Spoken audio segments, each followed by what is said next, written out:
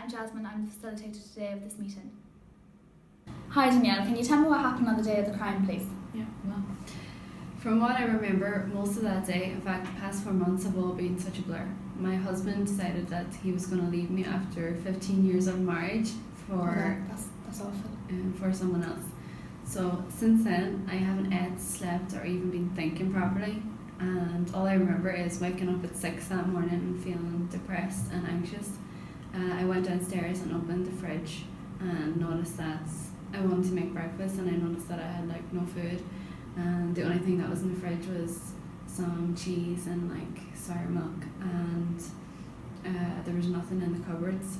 So I was feeling depressed until something strange came over me when I suddenly got the urge to leave this town and move to a different country. However, I had no money to do this, so I sat from about 6 to 10 just in the kitchen thinking what I will do. And then I just felt that the best thing for me to do in my situation would be to just rob the quietest corner shop in town. Okay. So that if I go and rob the shop, that if I done it quickly and quietly, then I planned from 6 to 10 that I would have enough time to escape the country quick enough. So I basically made like a plan in my mind, and don't forget that I was very... Okay, so these were your initial thoughts at the time? Yeah, and I was also very depressed, and so the thoughts weren't very clear. They were very, jumbled up. So then you decided you were going to rob the shop? Yeah. And then what happened? Okay. What happened in the shop?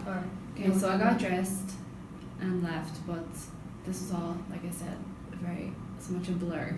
I don't really remember like getting properly dressed. I just remember quickly getting dressed and leaving. So basically I arrived at the shop and I noticed that there was nobody on the floor. So I immediately started getting really anxious, and I just felt my adrenaline like going really quick. And I thought that this was the perfect time to just go and take money and leave, and just, like I said, leave the country. So I went in quickly to the shop and straight to the till, but I got to the till and I noticed that the key was missing. And at this point, like, it was very quick, and it wasn't like, as I'm saying, I was very fast and jumbled up or whatever. So I noticed the key was missing, but all of a sudden I heard a woman shout, just 2 seconds from the back. She obviously heard me come in. I don't think that she realised that what I was doing, because her tone of voice was very calm and nice. So I heard her call me, so I had to like search for the key, and then I found it on the floor.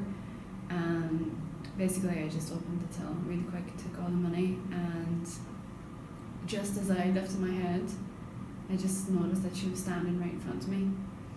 And my husband had a gun in the house, and so I took his gun anyway with me. So basically I was robbing the till and I noticed that she was standing in front of me, and the only thing I could think of doing was taking out my gun. So I took out the gun and just pointed it straight at her, and kind of like what felt like about an hour just stared at her, and she stared back, but I think it was just a few seconds. And then I quickly just took the money and ran out of the shop. And so what have your thoughts been since? Well, now that it's done, I think less jumbled up. I can understand what I'm saying, what I was thinking more clearly. I think I was just really, really depressed. My thoughts are like it was wrong to do what I done, and I noticed that like I've hurt that woman by threatening basically to kill her and also stealing her money.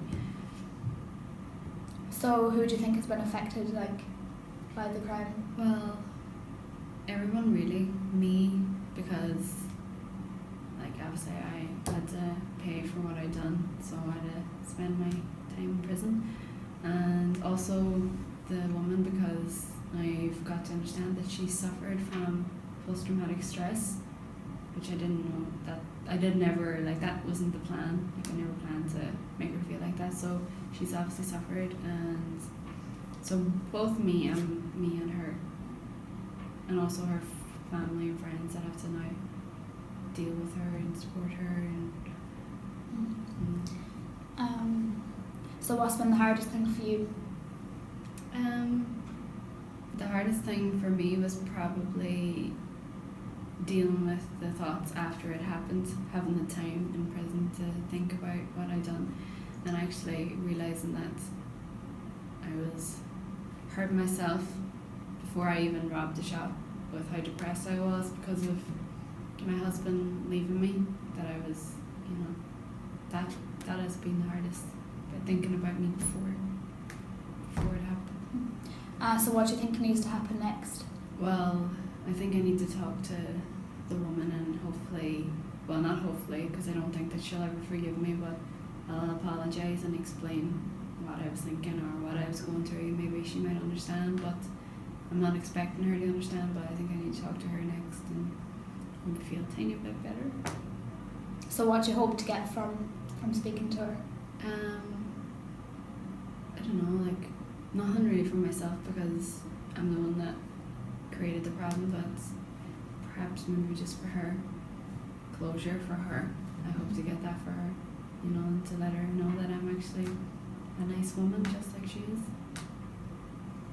Hey Danielle, thank you so much for taking the time to talk with me. You're